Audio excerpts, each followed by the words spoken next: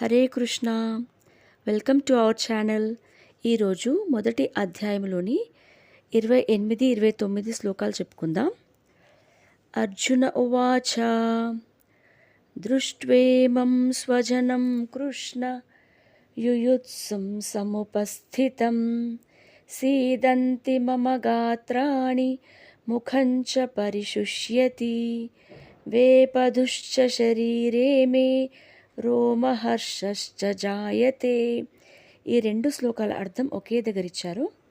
అర్జునుడు పలికెను, ఓ కృష్ణ, సమరోత్సాహముతో రణరంగమున నిలిచియున్న ఈ స్వజన సమూహమును చూచి నా అవయవములు శిథిలమగుచున్నవి, నోరు ఎండిపోవుచున్నది, శరీరమునందు వణుకు గుగుర్పాటు కలుగుచున్నవి.